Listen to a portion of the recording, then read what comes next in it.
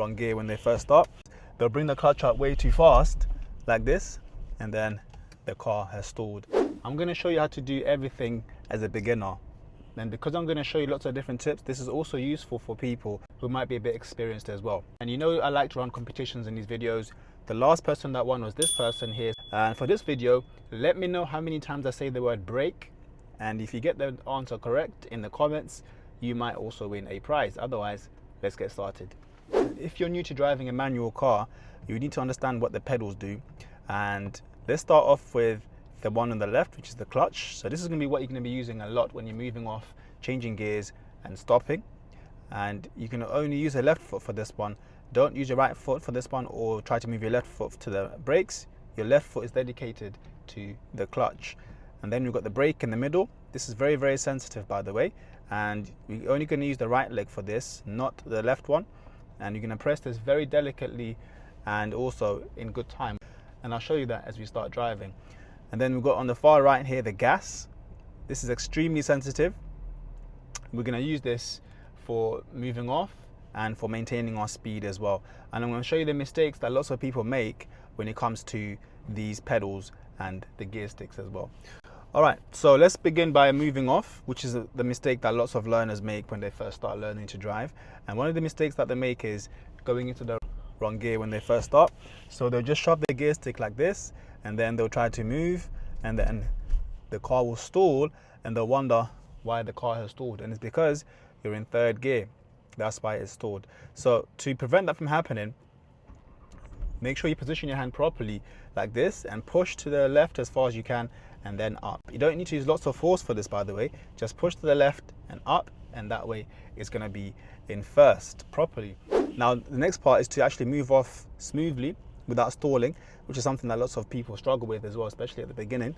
And the mistake that people make here is they'll bring the clutch up way too fast like this, and then the car has stalled in the middle of the move, because that's way too quick. To move off a manual car, you need to take your time with the clutch. Let me show you what I mean.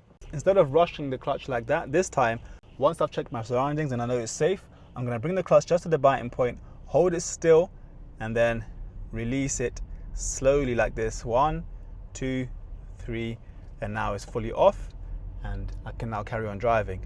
An even better way would be to use the gas as well, so that you can actually have more power, and when you're moving off, you're less likely to stall. Let me show you what I mean.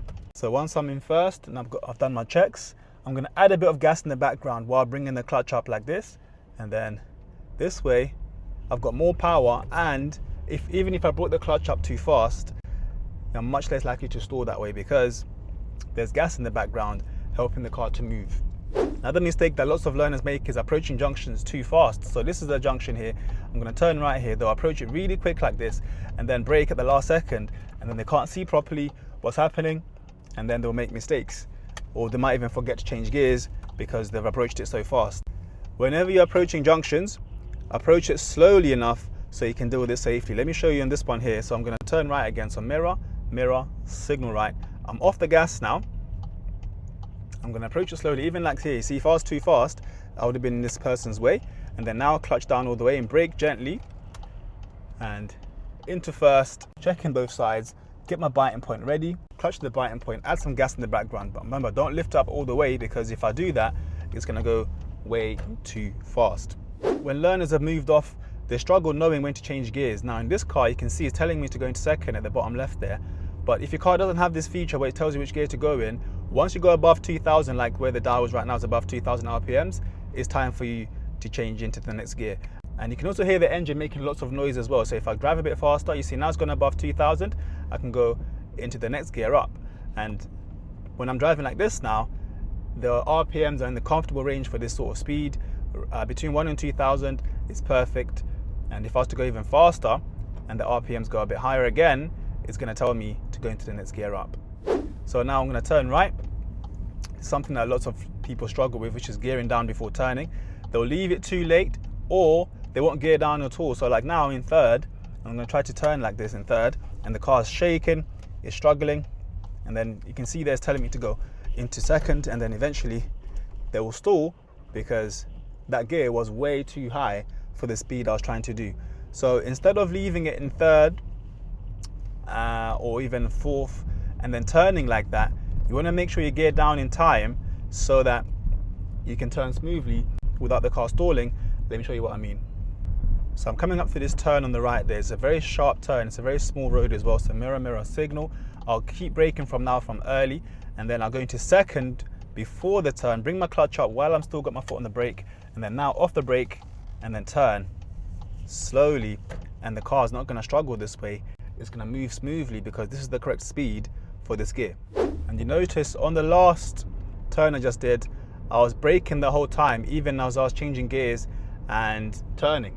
What you see some people doing in this kind of situations, let's say I'm taking the next right, they'll brake a little bit and then come off the brake and go straight for the clutch. But you see, when I do that, the car is going way too fast, it's not slowing down in time, and then they'll have to bang on the brake afterwards.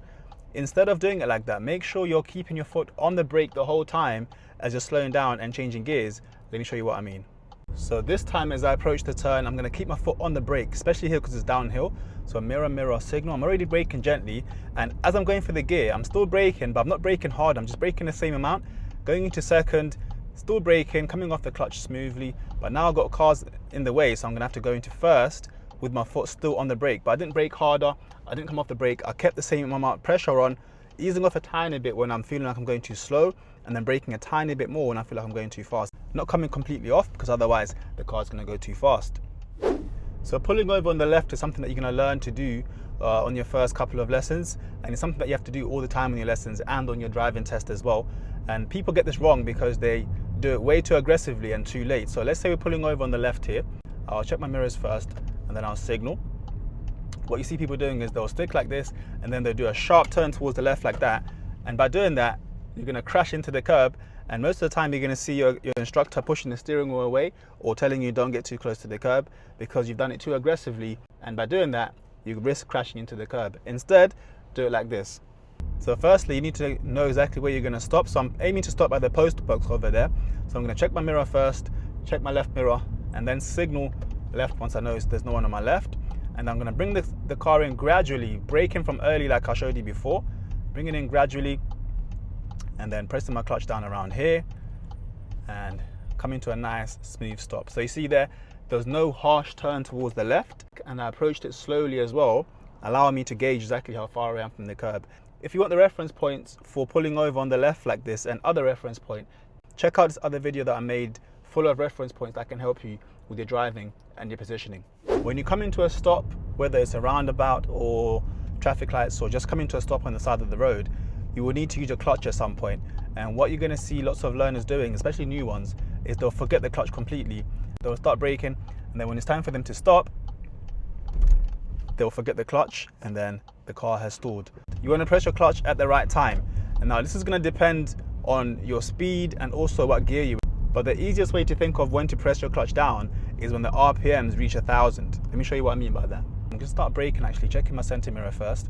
Give this person enough time to move up the way. But you see the RPMs are below 1,000 now, so I can put my clutch down into second and then carry on. Eventually you won't need to look at the RPMs to decide when to put your clutch down, but if you're really struggling with when to do that, the RPMs are going to be a really good clue as to when to do that.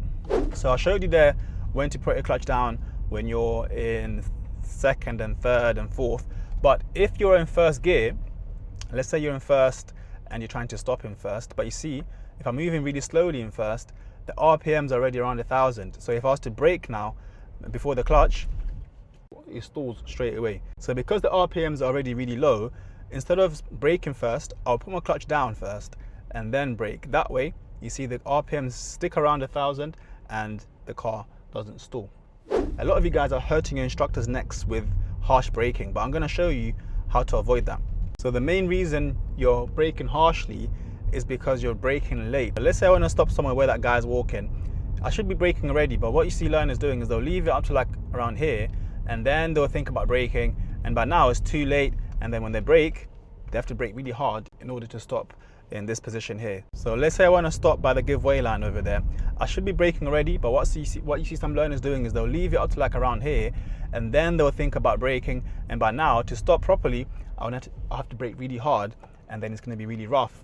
So to avoid that, start braking a lot earlier. Let me show you what I mean.